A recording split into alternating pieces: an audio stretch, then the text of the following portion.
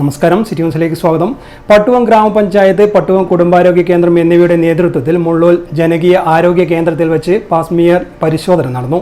പട്ടുവം ഗ്രാമപഞ്ചായത്ത് president P K. Shrimati ഉദ്ഘാടനം ചെയ്തു. സംസ്ഥാനത്ത് ആദ്യമാണ് ഒരു ജനകീയ ആരോഗ്യ കേന്ദ്രത്തിൽ ഈ ടെസ്റ്റ് നടത്തുന്നത്.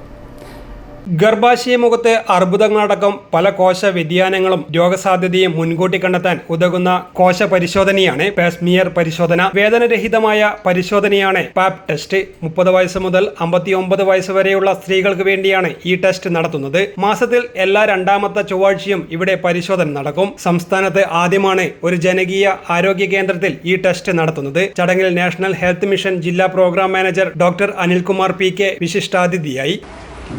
നമുക്ക് ഈ പ്രധാനപ്പെട്ട കമ്മ്യൂണിബിൾ ഡിസീസ് എന്ന് പറയും അല്ലെ, രോഗാണുക്കൾക്കുണ്ട് ഹെപ്പറ്റൈറ്റിസ് പോലെ, അതും ഒരു വശത്ത് നമുക്ക് വളരെ പ്രധാനപ്പെട്ടതാണ്.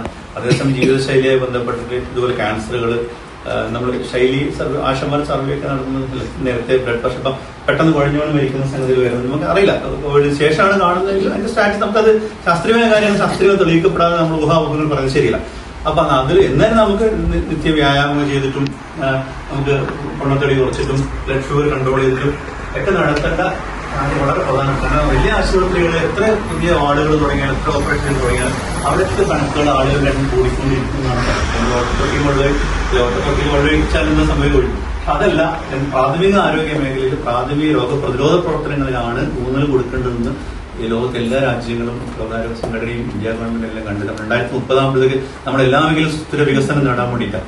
Panchayat vice president V Rajan, Seenath Madathil FHC medical officer doctor Rashmi Mathew, Mullul ജനകീയ ആരോഗ്യ കേന്ദ്രം JPHN രാജശ്രീരാജ്, സുകുമാരി, സുനിത, ഡോക്ടർ അരുൺ ശങ്കർ തുടങ്ങിയവർ സംസാരിച്ചു. News desk, city news. കൂടുതൽ വാർത്തകൾ അറിയുവാൻ സിറ്റി ചാനൽ വാട്സ്ആപ്പ് ഗ്രൂപ്പിൽ ജോയിൻ ചെയ്യുക. ഒപ്പം യൂട്യൂബ് ചാനൽ സന്ദർശിക്കുക. വാർത്തയുടെ അവസാനിക്കുന്നില്ല. മറ്റൊരു വാർത്തയുമായി വീണ്ടും കാണാം. നമസ്കാരം.